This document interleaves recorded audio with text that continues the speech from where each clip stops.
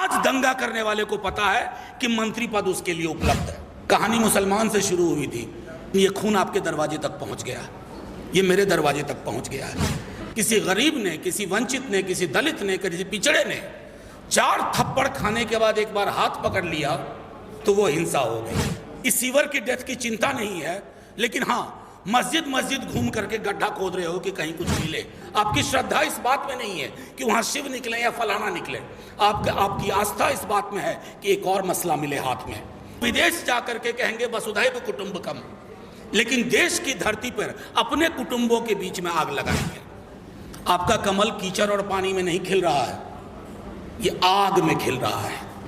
आप आग लगाते हो और वोट की फसल काटते हो। तैयार रहिए, बहुत हिंसा होने वाली है। कहीं जाति के नाम पे होगी, कहीं दलित मारा जाएगा और मुसलमान तो मारा जा ही रहा है। जिस दिन उस व्यक्ति चेतन सिंह ने गोलियां मारी ट्रेन के अंदर, मैंने 10 मिनट के अंदर कहा था कि लोग इसको विक्षिप्त बताएंगे।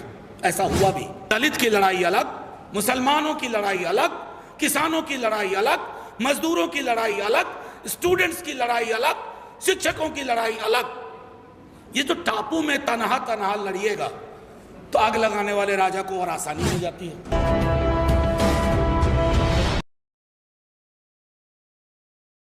मेरे अंदर इतना भी जज्बा नहीं है। मैं सुन रहा था कि हम सब लोग, चलिए पहले औपचारिकताओं से शुरू करता हूं पूरे मंच के लिए, साथियों के लिए, और बड़ी संख्या में मैं कैमरा देख रहा हूं। इसमें से ज़्यादातर कैमरा वायलेंस फ्री इंडिया चाहते हैं, लेकिन कुछ कैमरे ऐसे भी हो सकते हैं जो ये सोच रहे हों कि कुछ मिले मसाला यहाँ से कि शाम की डिबेट कराई जा सके।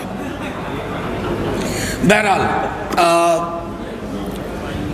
हमारे जितने भी साथी, मैंने सुना बहुत जज्बे से, बहन को सुना, ये आप लोग चुनाव से कुछ ज़्यादा ही उम्मीद रखते हैं कि 2024 का चुनाव आ जाएगा तो सारी चीज़ें बदल जाएंगी।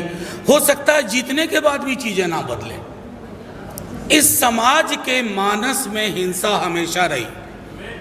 मेरे एक मित्र रतन नीचे बैठे हुए हैं, एक हम पढ़ते थे, वैदिकी हिंसा हिंसा न भवति, यानी जो बड़े लोग हैं, और आप जानते हैं कौन बड़े लोग हैं क्योंकि उनका चरित्र आज भी नहीं बदला, अगर उन्होंने हिंसा की तो वो हिंसा नहीं है। लेकिन किसी गरीब ने, किसी वंचित ने, किसी दलित ने, किसी पिछड़े ने 4 थप्पड़ खाने के बाद एक बार हाथ पकड़ लिया तो वो हिंसा हो गई। तो हिंसा की पूरी परिभाषा को भी देखना होगा। एक छोटी सी कहानी से शुरू करता हूं, बहुत 2-4 मोटा मोटी चीजें बोल करके। एक राजा था, उसे आग लगाने का बड़ा शौक था। उसे हरियाली अच्छी नहीं लगती थी, वो आग लगाता था। और कमाल थी कि उसके पास बाकी चीज की कमी हो जाए, एक जेब में पेट्रोल और दूसरे जेब में लाइटर हमेशा हुआ करता था। तो लोग उससे प्रयोग करवाते थे, देखो यहां आज तक कभी आग नहीं लगी है। तो राजा कहता था मुझे 15 दिन का वक्त दो, मैं यहां आग लगा के दिखा दूंगा। राजा के दरबारियों को भी लगा कि राजा को आग लगवाना बड़ा पसंद है। तो दरबारी लोग भी आग लगाने और लगवाने लगे। उनके पास भी पेट्रोल और लाइटर पहुंचने लगा। अंग्रेजी में एक शब्द है पायरोमैनियक, वैसा व्यक्ति जिसको आग लगाने का शौक हो। हमारी पूरी राजनीति इस पायरोमैनियक नाम के जंतुओं के हाथ में आ गई है, जिन्हें शांति पसंद नहीं है, अमन पसंद नहीं है, जो विदेश जाकर के कहेंगे वसुधैव कुटुंबकम, लेकिन देश की धरती पर अपने कुटुंबों के बीच में आग लगाएंगे। कोई कहते थे जितना कीचड़ फैलाओगे कमल खिलेगा। आपका कमल कीचड़ और पानी में नहीं खिल रहा है, ये आग में खिल रहा है। आप आग लगाते हो और वोट की फसल काटते हो। मणिपुर की आग को देख के आया हूं, गुजरात की आग देखी है, अभी नूह मेवात में वो आग दिख रहा है। सतपाल मलिक साहब आए नहीं, उन्होंने एक बात कही हाल के दिनों में कि 2024 election is going to be the most violent election in the memory of India. आप सब तैयार रहिए। ये वायलेंस फ्री इंडिया हम सब चाहते हैं, लेकिन तैयार रहिए, बहुत हिंसा होने वाली है। कहीं जाति के नाम पे होगी, कहीं दलित मारा जाएगा, और मुसलमान तो मारा जा ही रहा है। आपकी कोशिश सिर्फ चुनाव जीतना नहीं होना चाहिए। अब क्या करेंगे, एक पार्टी है, उस पर थोड़ा भरोसा होता है, वो भी वैसे दिखने लगती है। जब तक हमारी राजनीति में इन बाबाओं का प्रेजेंस होगा, सुबह शाम ये बहस हुआ करेगी, तब तक आप वायलेंस फ्री समाज बनाने की कल्पना ना करें। उसको व्यूअरशिप कौन देता है? हमारे आप जैसे ही लोग, हम नहीं, आप नहीं, लेकिन हमारे जैसे लोग, हमारे भाई, हमारे कुटुंब, हमारे दोस्त उसको वैल्यू देते हैं। नतीजे में क्या हासिल हो रहा है? देखिए, हिंसा जो होती है उसके पहले एक भाषाई हिंसा होती है। जुबान देख लीजिए लोगों की,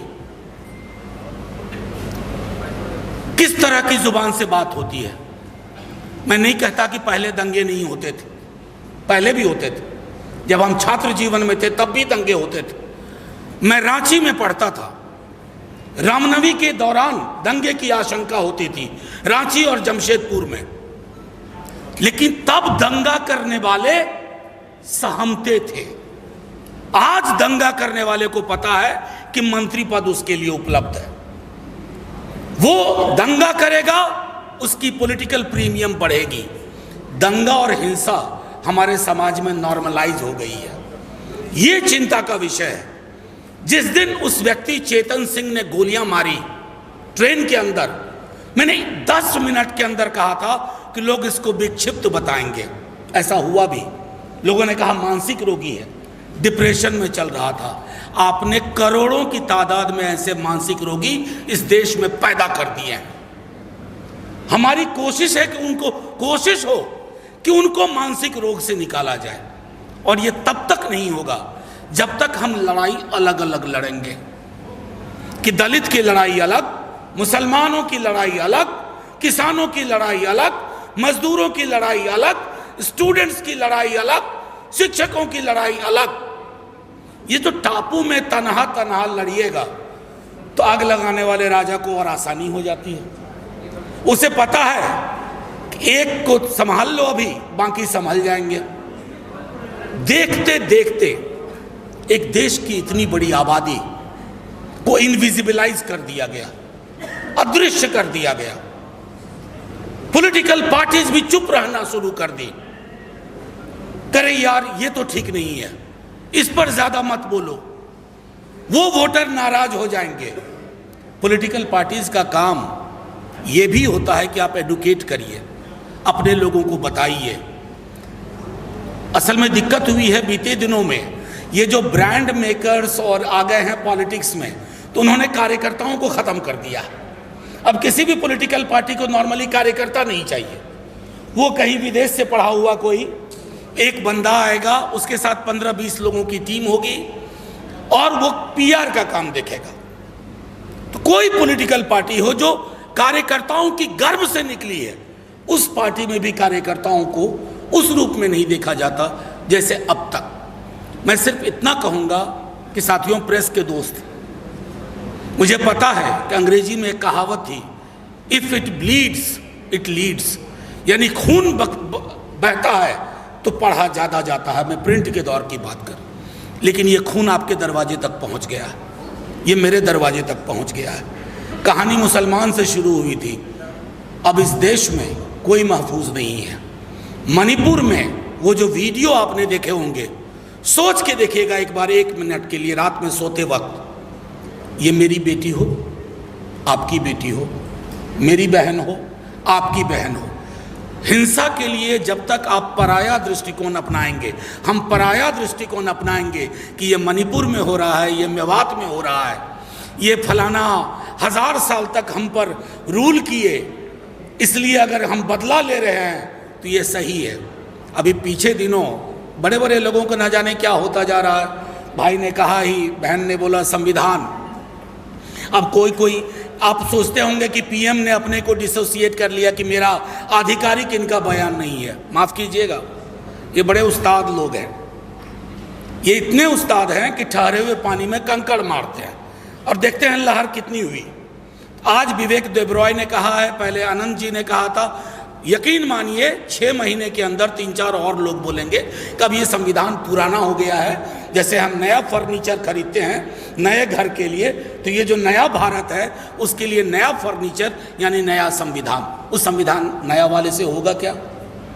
उसमें प्रस्तावना की जगह सेंगोल होगा, और जैसे ही प्रस्तावना की जगह सेंगोल हुआ हमारी सारी लड़ाइयों की संभावनाएं खत्म। अब मैं आखिरी टिप्पणी करके, मैंने उनके साथ काम भी किया है, बड़े नेता हैं, बहुत हमेशा मंत्री ही रहे, गुलाम नबी आज़ाद साहब। अब उन्होंने कहा कि सारे मुसलमान हैं कश्मीर में या फलाना जगह, वो सब हिंदू थे। ये इतिहास में जाकर के गड्ढा खोदने का जो काम शुरू हुआ है, एक तरफ तो आप चंद्रमा जा रहे हो, मंगलयान जा रहे हो, और जैसा आपने कहा कि सीवर की डेथ की चिंता नहीं है, लेकिन हाँ मस्जिद मस्जिद घूम करके गड्ढा खोद रहे हो कि कहीं कुछ मिले, ताकि देश की राजनीति, आपकी श्रद्धा इस बात में नहीं है कि वहाँ शिव निकले या फलाना निकले, आपकी आस्था इस बात में है कि एक और मसला मिले हाथ में, एक और मसाला मिले, ताकि 10 बरस के लिए और आग लगाएं।